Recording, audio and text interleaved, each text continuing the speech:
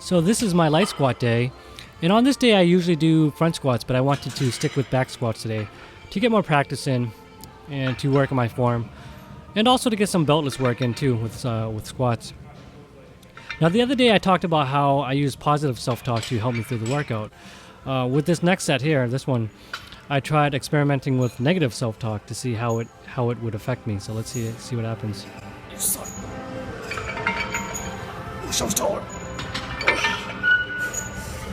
Got to take our trash. Fuck my life. I felt like the weight was too light and it didn't really affect me much, so I think more testing needs to be done. This is my wife squatting 65 pounds, and she worked her way up to 115 pounds at some point, but she said it was too hard, so we dropped it down to 65 pounds for her. This is my brother-in-law squatting 195, and he worked his way up to 225 at some point, but we dropped it down to 195, and he's just going to build his way back up. And he's only 14 years old. And we all squat high bar in this family, and we go pretty deep. I started it, and they're just copying me. Bunch of posers they are. And here I am. This isn't exactly a full frontal, but maybe that's for the best.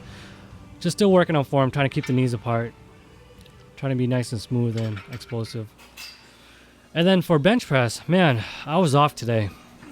I must have been really worn out from my last session because 205 just felt really heavy, and I planned to pause each and every one of these reps, but it was just way too tough, so I just did touch and go. And out of all the things that could feel tired, it was my elbows and my biceps that felt like it really affected my benching. I just felt really weak at the bottom, and just my elbows weren't into it for some reason, if that makes any sense. The bicep side of my elbows. So I don't know what that is. I got to figure it out. And it's not the first time it happened. And that was 185. I was able to pause with that weight. And then this is how I like to do barbell rows. I like to use a little bit of body English, but still overall pretty controlled. And I just pull it up to my the crease in my hips.